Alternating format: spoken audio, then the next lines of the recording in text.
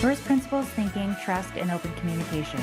That's how Turntide is solving super hard problems to make every watt worthwhile for humanity and keep fossil fuels underground, where they belong.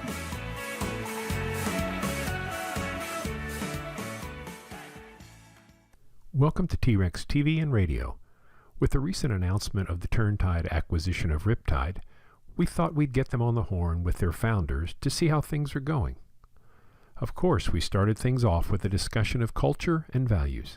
You know, before we dive into the product, I'm a big fan of culture. And as Turntide grows, and that involves corporate development, like, mergers and acquisitions and integrations, the culture is super precious to us. And we want to make sure that we're doing really good diligence up front to make sure that the right kinds of companies are starting to, integrate with Turntide. But you guys did a video where you introduced the Riptide team to the broader Turntide organization. And there were different parts to that, but it started with kind of the introductions of the team.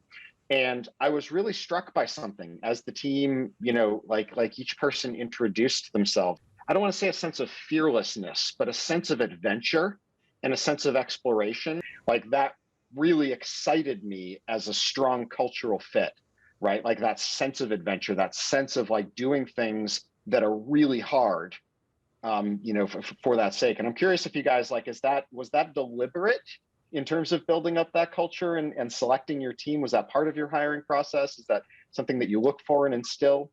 Personally, working and being friends with and knowing people who have something that separates them, that they're, whether you call it passion or whether you call it interest, or if it's a hobby, right? I mean, something that they're really good at that you look at and you go, wow, I'm impressed, right? I mean, that makes people stand out. And I think maybe that's what brought them to us, right? From a cultural view, we really, what I love is that Turntide put so much thought into it. I wish I would say that we did that too. We were so small and started so small and stayed rather small, is that we really just found good people with, people that you like and will be happy to spend time with, and then get to know them on a personal level, that human level, so we don't just have the work dimension, but we are aware. And that has been so fun to do with our team from India, right? I mean, talk about adventure, to be able to learn about life in India. And so if I would say that we had a culture, I can't think of the word culture, but I think we just have a real strong, we develop personal connections amongst the team, even cross borders. That made us like a real intimate group. And they're super impressive. Like everybody in India, even the interns that we met, and one of the guy, he was taking the bus 2 hours to get to the office. And the dedication, and just thinking about that, and his excitement that he was willing to invest 2 hours on a bus to come all the way over to be with Riptide. And just hearing those type of stories as a co-founder and as sort of on a leader, you're just really appreciative and humble. And well, then you have a lot of responsibility too, right? Just to make sure that they get their dreams, that they're investing their personal time and their life energy into happen. So that's what I think of as Riptide. Maybe that's not the culture, but it was sort of our essence. When we were, we're small. So with 20 people, every single person can have that kind of personal relationship with every other person and know everybody, right? Now, that allows you to have that sort of unified, everybody rowing in the same direction a whole lot easier once you get past the size of, whatever it is, 75 people or something like that. There's some number that is the same number, which is the optimum size for a tribe in a hunter-gatherer society, right? And once you get beyond that, then you can't know every single person. And so you have this dynamic where you won't have everybody rowing in the same direction just because you don't know them. But culture can get everybody rowing in the same direction. And that's what I really appreciate about the conscious effort, or what I see happening at Turntide. And so, Marti, something you said earlier that caught my attention is you said, well, the integration process with Turntide has kind of helped reinforce some of that interpersonal connection. I'm curious if you can tell us maybe a bit more about that integration process. And by the way, the reason I'm asking this question is that as the company scales, I think the ability to do M&As well, like to actually like integrate new teams and ensure cultural alignment, having like a good, repeatable, scalable process for doing that is going to be very important to the strategy moving forward. So I'm curious if you could maybe expand a bit on that experience. And by the way, like warts and all. So tell us like what you think we can do better next time as well. Yeah, I think we're really lucky because we had a bit of a jump start by the personal attention that Avi, Maya, Ryan coming down and meeting us and sitting with us. And then we expanded it out at least to the Santa Barbara team so that Ben and Luke on my team and Susanna, we all went down to Orange County and spent the time with Maya and Avi. And of course, Levi, only not in real person. We're just still on Zoom. But getting to know them early and truly, involving our team early on that, which is of course risky for us. It was risky for us doing that without pre-term sheet and all this and how to orchestrate that. But I think it managed well. Gave everybody a lot of comfort that might have been more of a stressful time. Like, what is this going to be like? Who are these people? How's my job? The fact that they got to meet the leadership and got comfortable with them and honestly got very excited by working with them was probably the biggest jump start that we got. And then it was fun, the whole getting the swag bags coming. Everybody was anticipating who got theirs. Did you get yours yet? So that was very fun. Those are all the positive things. The negatives are, I think the negatives that our team felt was only the experience of sort of carrying two jobs at once, right? Because you still have what you did as Riptide, and then you have the enthusiasm and what you're natural like to go towards newness. Oh, let's see what they're doing. How do we get involved in their sales, right? So juggling both worlds where we still have our current go-to-market and the future new go-to-market all at the same time, that's just a lot. How do you make that better? I don't know, but it is just a lot. So, people on my team said, boy, this would have been a lot easier if we just showed up for a new job. Like, that's easy. I think what Marti was talking about with the doing two jobs and juggling that and trying to figure out and the anxiety that comes with that also applies on the Turntide side. Right. So because Levi and Avi and everybody who had full intentions of making this a smooth, seamless integration process also had their regular jobs they need to do. That's right. Good point, right? So when special call out to Rick Schreiber. When he came on, he was dedicated to the integration, and that made a big difference. Him coming in to handle it, and for that to be his primary focus, that was impactful. That's a great point, Mike. It's super impactful that there were so many people in Turntide that really wanted it to happen. And watching that got me personally invested on, wow, I really want to work with this person. I mean, that's what it kind of turned into. Wow, I love their vision. It's even bigger and bolder than what we were thinking, but it's so aligned. Like, I really want the energy that the Turntide team brought on while they had their own job to do. Like, right, that's a good point. Do you guys have a value proposition that is sorely lacking within the Turntide portfolio, right? Like, it's something that we speak about aspirationally that you guys actually are out there doing with an existing base of customers and developing products and so forth, that there was quite a bit of excitement. Again, I've been emphasizing culture, but there's been quite a bit of excitement on the product side and the strategic fit of the products. And so I'd love maybe if you guys could comment a little bit on that. I know you presented some of it, but how the products fit together, and what sort of vision do you guys have for how the products and teams will all start to play together moving forward as it relates to bringing value to customers. The high level thing I think about is I think we share this desire to be a subscription based company, right? To have the recurring revenue, right? As a top level thing that drives us, right? So,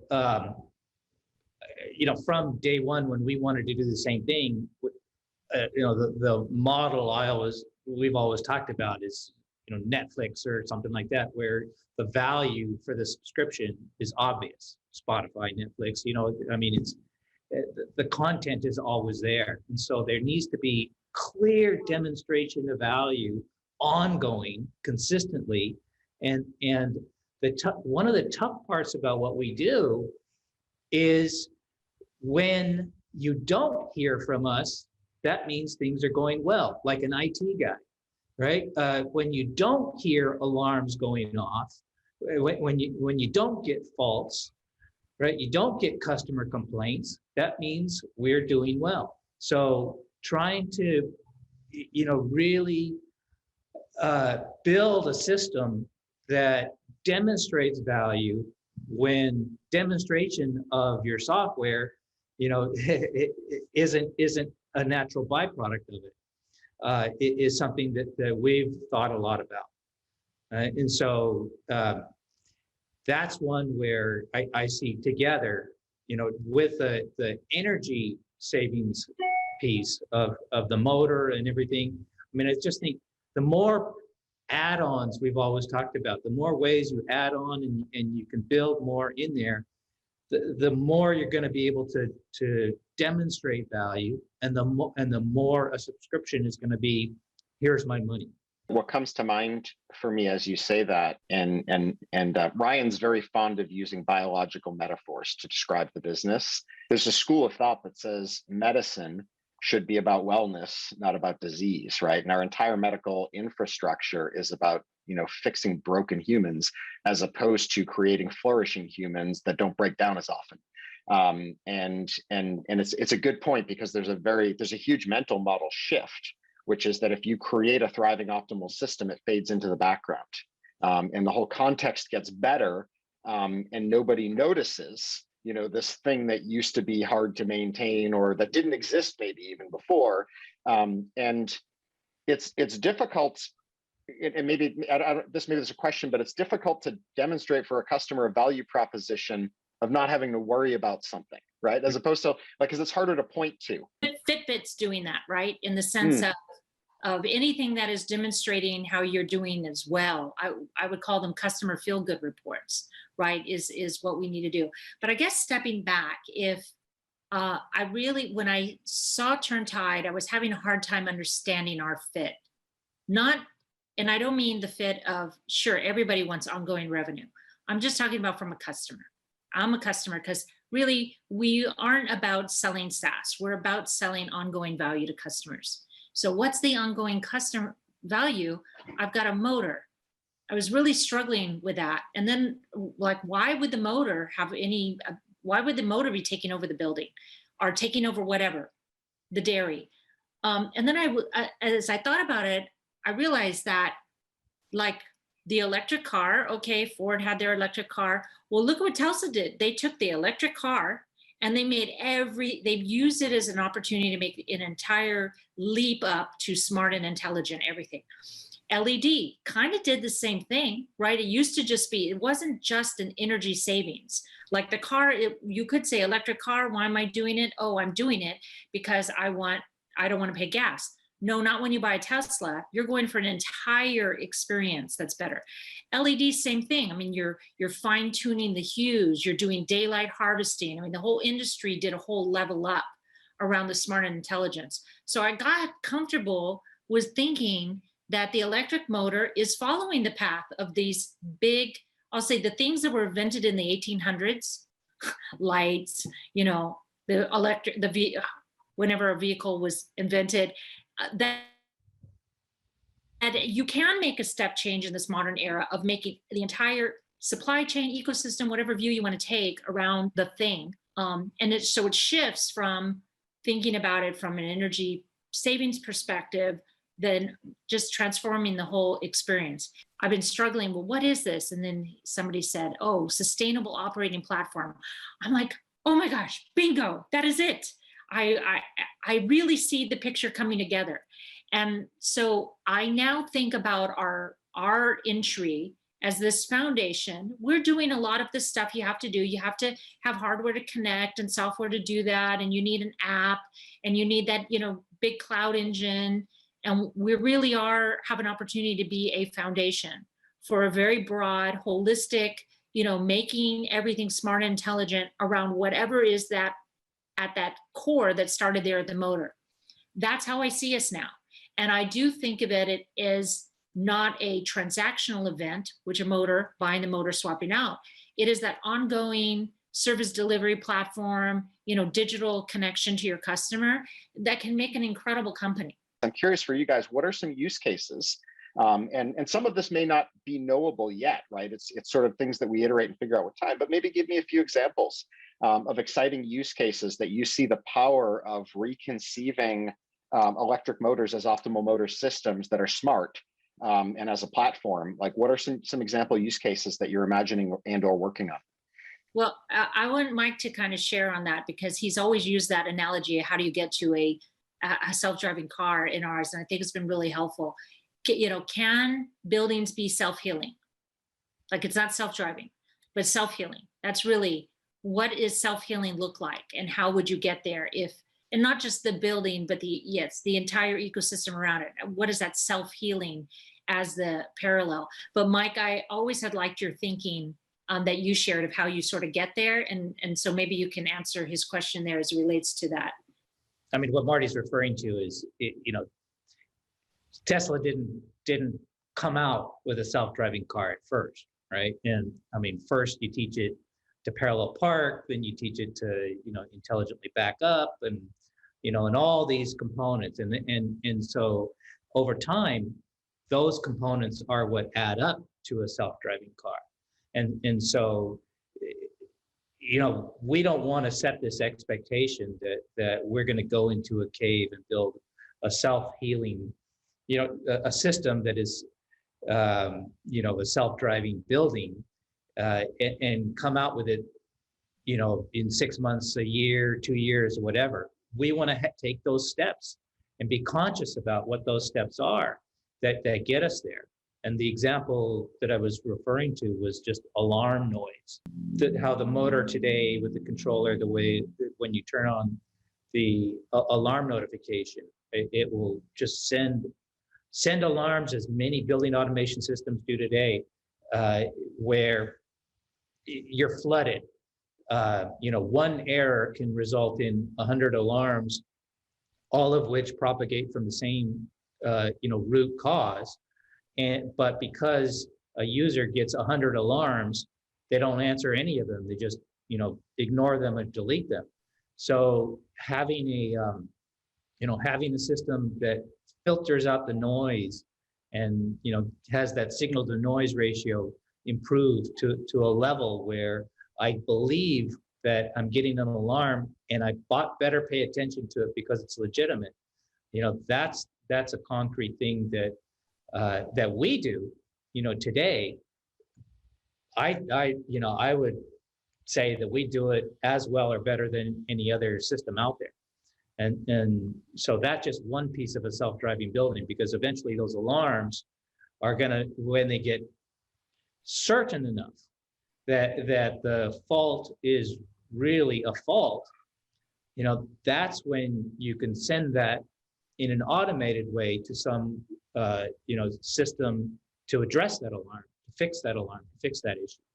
Self-driving comes first, then comes self-healing, right? In my mind, because we're doing self-driving today. That's what controls are, right? We just not necessarily doing it well, not avoiding the accidents, but just putting a building on a schedule, having set points, having optimizations for when the building is occupied versus non-occupied, all of those things. I mean, that you could call that self-driving, right? Self-healing is, you know, when CO2 levels get too high, you know, being smart enough to self-driving is when CO2 levels get too high and you open up fresh air, bring in more fresh air, something like that. But a self-healing could be watching behavior of a specific building and its CO2 levels and fresh air levels and temperature outside and all these things over time, and then coming up with a specific model for how fresh air is used at this building without humans having to go in and do it, right? So that's the way I'd see it. If I further extend the metaphor, for a human being, you wouldn't I would rather be, instead of being a self-healing human being, I would rather be a thriving human being that avoids disease in the first place. So I see the metaphor as being a self-nourishing building that doesn't get sick, as opposed to a self-healing building that then sort of needs to get corrected. Again, with the analog being nutrients and nourishment and so forth. What do you guys think of that? I like the word thriving because it is way more holistic. So that definitely resonates. I mean, I come back to I do like the medical model, right? I mean, I think that makes sense. And there's so much. I mean, one of the things I've always struggled with is when trying to talk about what we do is you can deliver 72-degree air, and be grossly inefficient. So that's one of the things that I'm trying to think of a parallel to that, to the medical model. Do you think in a post-COVID world that our interest to indoor air quality is going to go away? Will we No. move past it, or you think this is a sea change? It is now going to stay. I don't think there is a post-COVID world. I think that COVID or whatever variant or whatever other crises await us. I think that we are now so. And maybe I'm getting off topic here, but we live in a fragile world, and we need our world to become more resilient. I love the frame of we are fragile. That right now everybody can actually go, yeah, I guess we are. So that really resonates.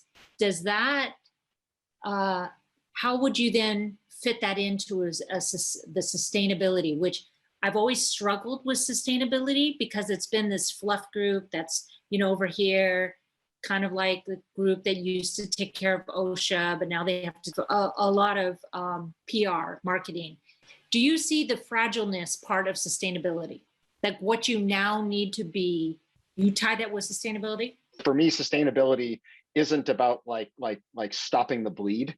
It's rather about creating sort of a whole new organism that thrives while making its environment stronger instead of weaker.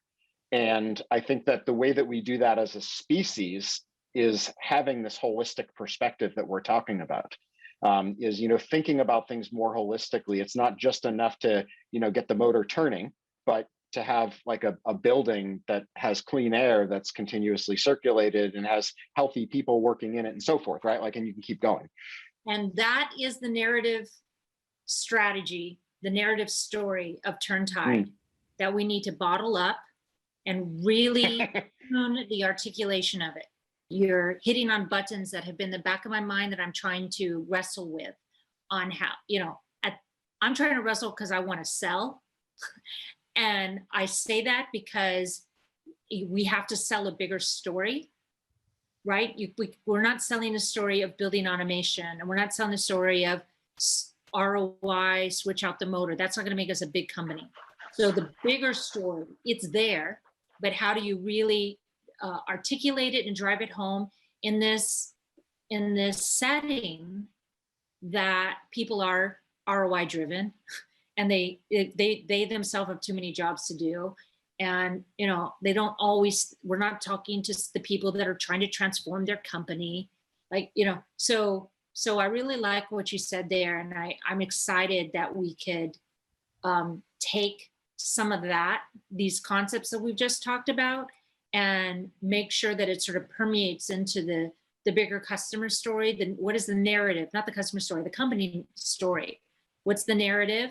And help bring that down to why do people need to care, and why do they care now? If we can get people, meaning our customers, to really feel that sense of urgency, and not, you know, you cannot operate how you are anymore. Like how we've been doing in the past does not work. If there is a mind share with our customers on that, then sales is going to be easy. Without it, sales is going to be tough. You know, it's hand-to-hand combat and a lot of status quo and ROI. We don't want to sell on ROI, right? You know, we got to be part of a bigger thing.